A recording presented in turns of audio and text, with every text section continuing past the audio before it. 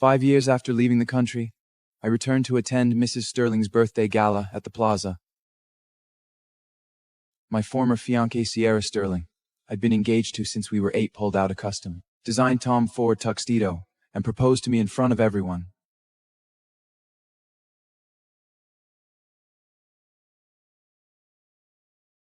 The ballroom erupted.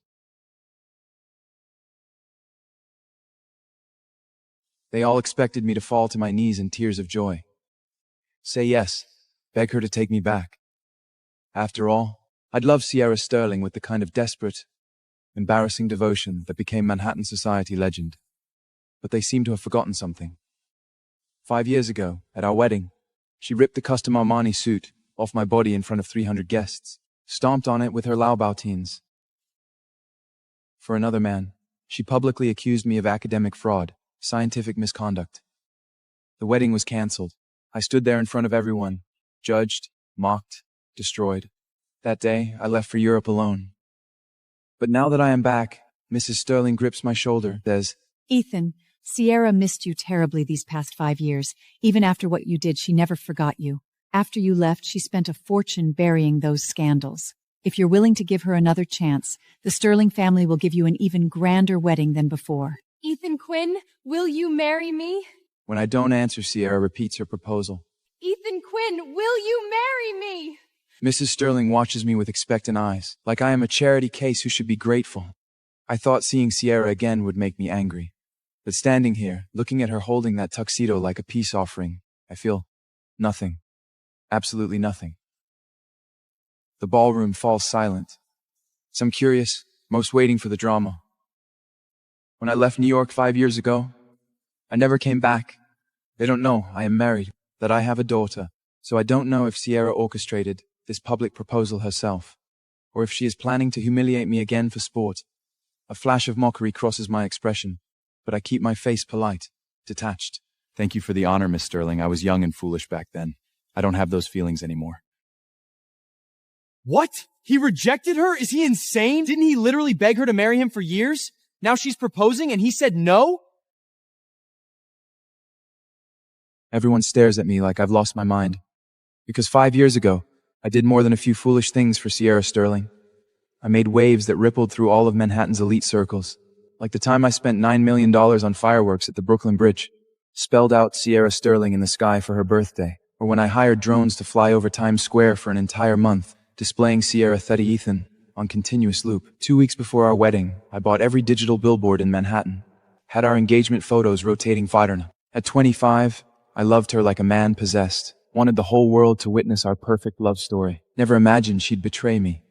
After all, this was Sierra Sterling, my first constant, my childhood promise. She learned my name before she learned most words, learned how to spell Ethan long before she cared about spelling her own. Growing up, she was always just there reminding me to take care of myself, quietly fixing the things I forgot, folding my shirts without being asked, like it was simply part of loving me. For 20 years, we were closer than siblings, more in sync than most married couples. Even when I became the notoriously strict Professor Quinn at MIT, with her I was still the little boy who called her Sierra Bear and chased her around with flowers, always tender, always devoted, always hers. The year our love burned brightest, we stood at the Lovelock Bridge in Paris and vowed to be together forever. I believed love like ours was eternal, until 1 month before the wedding, when Liam Carter was brought into the Sterling household as their ward. Supposedly, he was the orphan son of Mr. Sterling's old army buddy. His father had saved Mr. Sterling's life, so they took Liam in out of obligation. At first, Sierra and I were both kind to him. I even took him to Knicks games and taught him to golf. But somehow, somewhere along the way, Sierra started spending more and more time with Liam. She started bringing him on our dates. Our private dinners for 2 became dinners for 3. On Valentine's Day, Sierra promised to come with me for the final fitting of the custom tuxedo she designed for our wedding. I called her 100 times, waited in our penthouse for 2 hours. All I got was a text. Something came up. Rain check. Frustrated, I went to the tailor alone and found Liam Carter standing there wearing my custom tuxedo, Sierra adjusting his collar, her cousins circling him like vultures, calling him brother-in-law. Their praise and laughter made it seem like Liam and Sierra were the engaged couple, and I was the outsider. Rage and humiliation burned through me. My vision went red. Do you even remember I'm your fiancé? I demanded, voice shaking. Sierra finally looked up from Liam. No guilt, no shame, just annoyance. I told you something came up. Why are you here?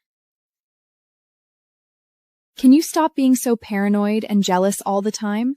You're acting pathetic, like a child. I'm Ethan Quinn, son of Wall Street legend Marcus Quinn, Metia's youngest tenured professor. I don't take disrespect from anyone. Sierra Sterling, who gave you permission to talk to me like that? You're something. Was spending time with Liam? Making him wear my tuxedo? My voice cracked. By the time I finished speaking, I'd crushed my phone screen in my fist without realizing it. Sierra instinctively grabbed my bleeding hand, but her tone was still accusatory. Ethan, stop making a scene. You always do this. I'm tired of plaveting you. I just had Liam try on the tux for sizing. Why are you throwing a tantrum over something so small? I was so shocked. I forgot to respond. Sierra Sterling was lecturing me, blaming me. For 20 years, no matter what I did, she never said a harsh word to me. Spoiled me rotten. But now she is calling me unreasonable in front of all these people. Like she has forgotten that she is the one who made me this way. My silence stretches too long. Sierra's expression softens with regret. Ethan, I'm sorry. I shouldn't have said that. But you accused me without knowing the full story. That hurt. I forced myself to stay calm. Decide to hear her explanation. Then explain. Why did you cancel on me today? Sierra soothes me by squeezing my fingers, kisses my cheek, then launches into her story. Didn't you notice the sapphire cufflinks on the tux came loose? The original technique wasn't securing them properly, so I switched to a new method. I needed a model to test if they'd hold, but my usual model canceled, so I grabbed Liam as a last-minute substitute. Her tone is earnest, gentle. It sounds reasonable. My anger cools. But I am still not satisfied. Then what about your cousins calling him brother-in-law? Oh, Ethan. You're so spoiled. My cousin talking about getting a tux for the brother-in-law, meaning you. You're taking it out of context. She puts on a wounded expression, teasing me with her eyes. I'm already embarrassed about my outburst. Now I just want to grab her hand and leave, but before I can touch her, Liam steps between us. Ethan, this is all my fault. I offered to be Sierra's model. Please, hit me if you want. Just don't be angry at her. Liam stares at me like a kicked puppy. The people around us glare at me like I am a monster. Even Sierra reaches out to comfort Liam while gently suggesting I leave. Later, Liam bought me an expensive watch as an apology. Mrs. Sterling came to our penthouse to explain everything personally. But something felt off.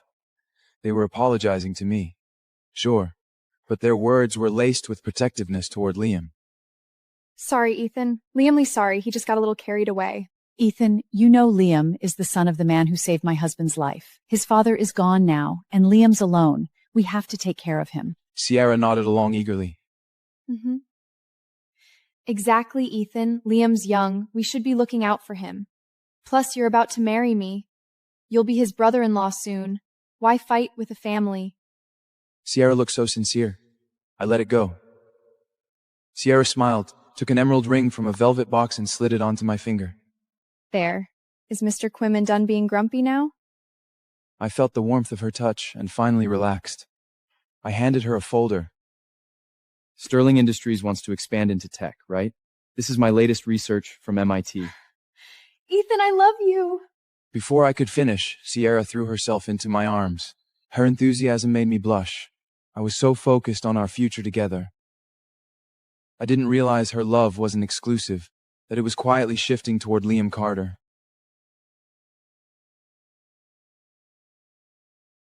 Her Instagram became a shrine to Liam, photos of them together every single day. Rumors started spreading through Manhattan's elite circles. The Quinn-Sterling engagement was off. The Sterling family was planning to marry Sierra to their ward instead. I heard the whispers and wanted to confront the Sterlings immediately, but before I could, Liam showed up at my MIT office. Gone was the scared, timid boy from a week ago. Now his expression dripped with smug satisfaction.